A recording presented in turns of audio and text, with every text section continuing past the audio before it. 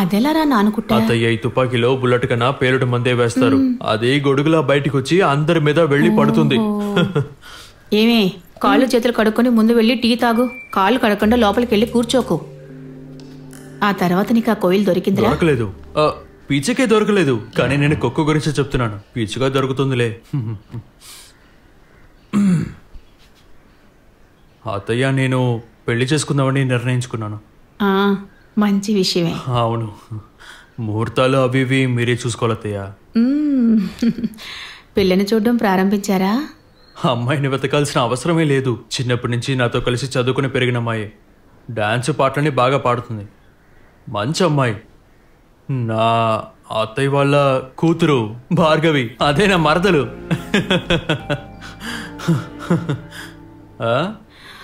కానీ అది ఇంకా చదువుకుంటోంది కదరా నానుకుంటా. చదువు ఇప్పుడు అయిపోతుందిలే. సరే, అయినా ఒకసారి తనతో మాట్లాడి చూస్తానురా, సరేనా? రే పప్పు, నీ నాటకం ఏమైందిరా? జరుగుతోంది, చూపించమంటారా? తెర ఇప్పుడు పైకి వెళ్తూ ఉంది. మన కథానాయకుడు ఔసేపు రిక్షా బండిలో వెళ్తూ ఉన్నాడు. ఔసేపు రిక్షా బండిని తొక్కుతున్నాడు. ఒక మూలన రిక్షా తిరిగేటప్పుడు మన విలన్ తోటి కథానాయకి సైకిల్ మీద కూర్చొని తప్పించుకొని పోతూ ఉంది. విలన్తో పాట కథానాయకురాలు. సార్కి బాగా అర్థమైంది. ఇదే సార్ నా కొత్త నాటకం పేరు కూడా, విలన్తో పారిపోయిన కథానాయకి. కథానాయకురాలు విలన్తో పారిపోతున్నారా? అవును సార్, మీరు భలే. కథానాయకురాలు విలన్తో పారిపోతున్నారా?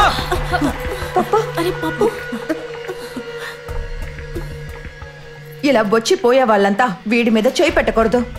నేనేమి ఎవరినో కాదు. ఎక్కడి నుంచో వచ్చిన వాడివేగా. భార్గవి, మర్యాదగా మాట్లాడు. నువ్వు నా కాబోయే భార్యవి. మిస్టర్ నారాయణన్ భార్యగా ఉండడానికి నాకు ఎటువంటి ఉద్దేశం లేదు. కాపు, అనవసరంగా మీ ఇద్దరు గొడవ పడకండి. ఇప్పుడు పప్పుని ఎందుకు రా కొట్టావు? అది నువ్వు రా పప్పు.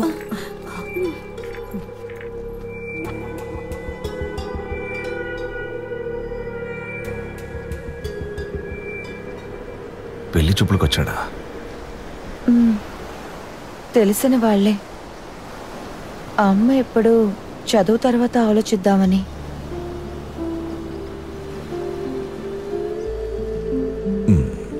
అయితే అది అంతే. చదువయ్యాకే పెళ్లి గురించి ఆలోచించాలి. ప్రస్తుతానికి ఈ ప్రసంగం విందాం.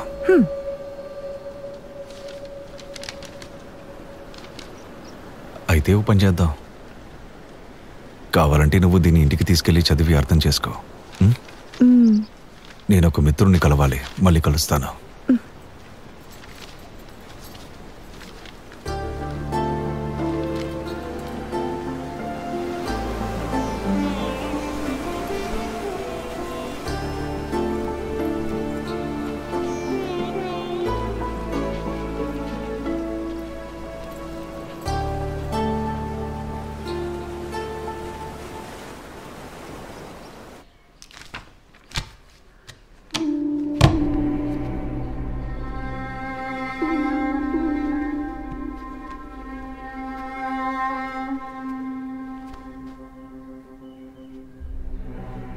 నిన్న అనవసరంగా పెద్ద గొడవ చేశాను. నేను ఏదేదో చేశాను. భార్గవిని చూసి సారీ చెప్పి వెళ్దామని వచ్చాను. తను ఇంకా ఇంటికి తిరిగి రాలేదా?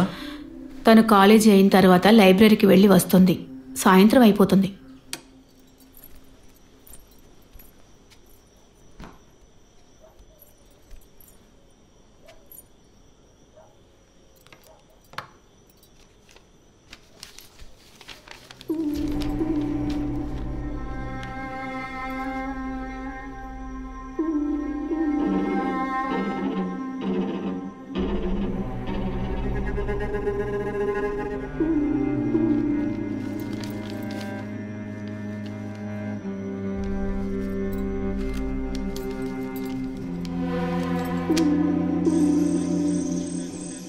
ఆ బాలన్ని రాఘవన్ని పోలీసులు ఇంటికొచ్చి తీసుకెళ్లిపోయారు.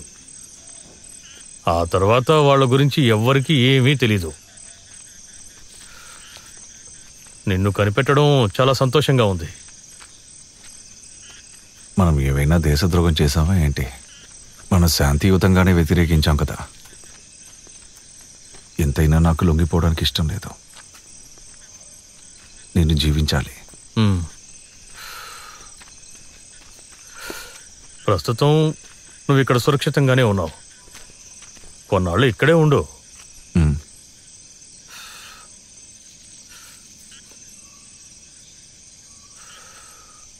సరే, నేను బయలుదేరుతాను. ట్రైన్కి లేట్ అవుతుంది. అలాగే.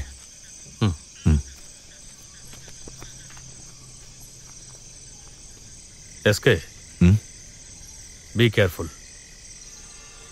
You two.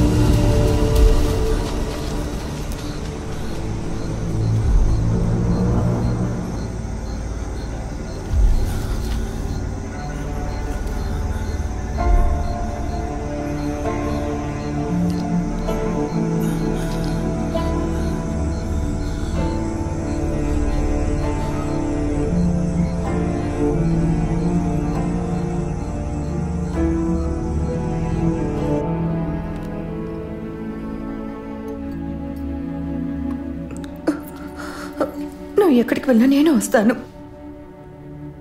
నేను చెప్పేది అర్థం చేసుకో. నేను ఇప్పుడు లక్నోకి వెళ్దాం అనుకుంటున్నాను.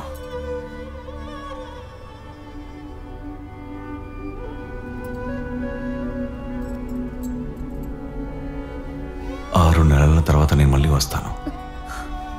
నిన్ను తీసుకెళ్ళడానికి తప్పకుండా వస్తాను.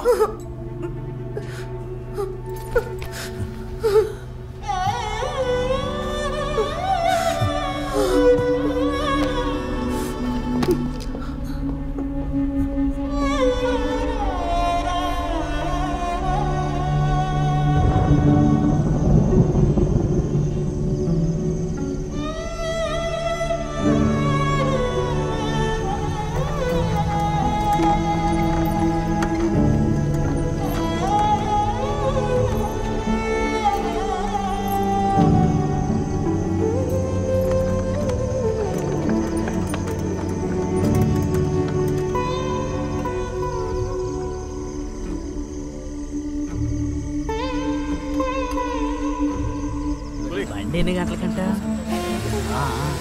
టికెట్లు తీసుకున్నానులే. అక్కడ కూర్చోబెట్టాను.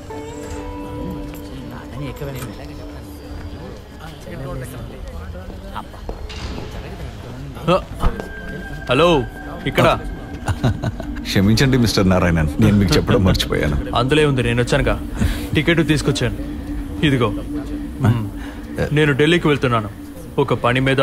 ఇంటర్వ్యూ కోసం వస్తుందో రాదో తెలియదు, అయినా మనం ట్రై చేయాలి కదా. నా క్లాస్మేట్ కూడా వస్తానని చెప్పింది, కానీ వాళ్ళ ఇంట్లో ఎవరు అనుకోకుండా చనిపోయారు.